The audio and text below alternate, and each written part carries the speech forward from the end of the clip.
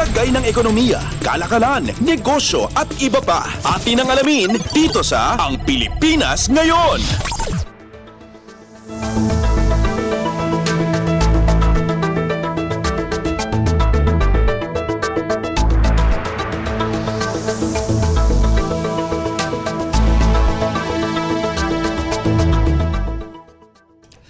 Magandang araw, narito na ang mga nangungunang balita sa larangan ng pagninegosyo at kalakalan. Tumaas ng lampas sa 100% ang foreign investment pledges sa Pilipinas sa ikatlong quarter ng 2023.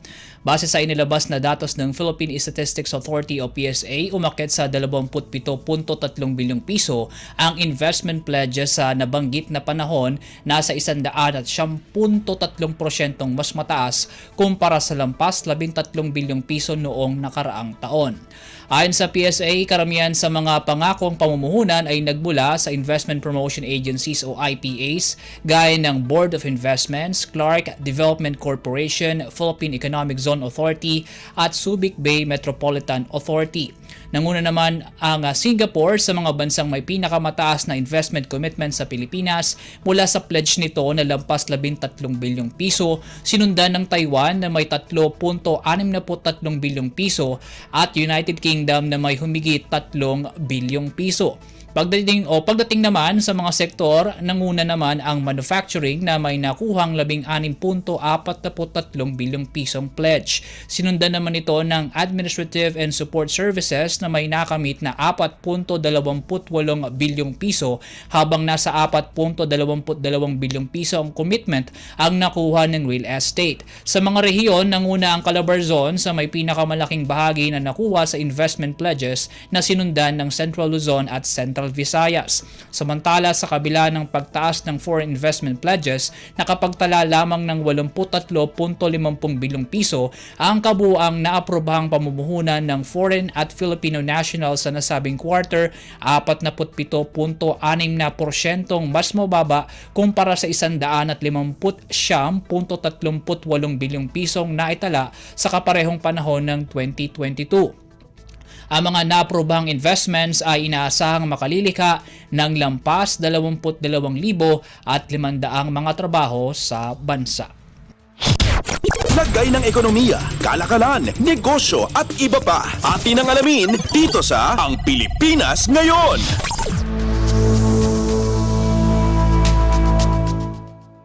Sa iba pang balita, naniniwala ang Fitch Solutions Unit na BMI na makukuha ng Pilipinas ang 2 hanggang 4% inflation target sa susunod na taon. Sa isang komentaryo, sinabi ng BMI na inaasahan nito ang 4.7% inflation sa Pilipinas ngayong taon bago tuluyang sumampa sa target range ng Bangko Sentral ng Pilipinas para sa 2024. Ayon sa BMI, ang paggaan ng price pressures ay makasusuporta sa private consumption na siya namang tutulong sa patuloy na paglago ng Gross Domestic Product o GDP ng Pilipinas sa susunod na taon.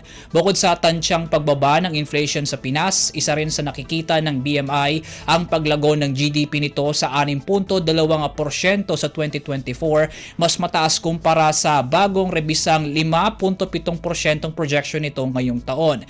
Inaasahan din ang BMI ang namumurong dagdag na 25 basis points ng Monetary Board sa interest rates ngayong buwan bago tapyasan sa ikalawang bahagi ng 2024 salig sa ekspektasyon mula sa US Federal Reserve. Sakali namang maalpasan ng Estados Unidos ang recession sa 2024, gayon din ang pagbuti ng economic performance ng China, naniniwala ang research arm na mapapalakas nito ang export performance ng Pilipinas sa susunod na taon. Lagay ng ekonomiya, kalakalan, negosyo at iba pa. Atin ang alamin dito sa Ang Pilipinas Ngayon.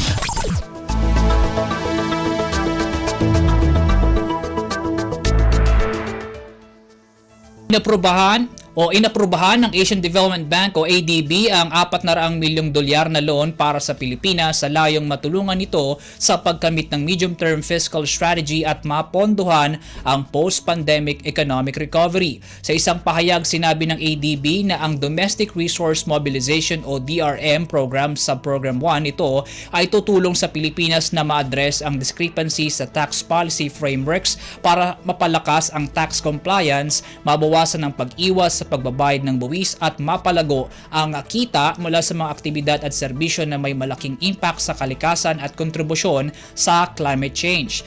Binigyang diin ni ADB Senior Economist for Public Finance Kapol Chong Vilayvan ang suporta ng bangko sa DRM program ng Pilipinas na anyay magreresulta ng mas mataas na tax to gross domestic product ratio at magsisiguro ng sustainableng pananalapi sa bansa salig sa inaasam na pagkamit nito sa Philippine Development Plan 2023 hanggang 2028.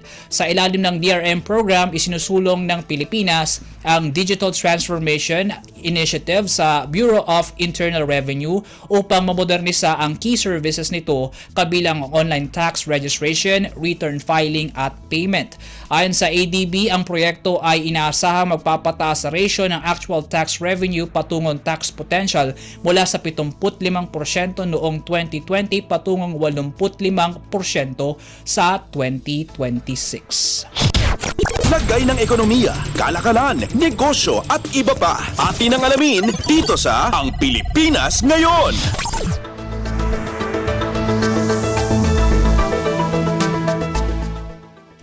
At yan po mga balitang aming nakalap sa larangan ng pagnenegosyo at kalakalan. Para sa Radyo Pilipinas World Service, ako po si Win Peñano. Magandang araw pong muli. Lagay ng ekonomiya, kalakalan, negosyo at iba pa. Atin ang alamin dito sa Ang Pilipinas Ngayon.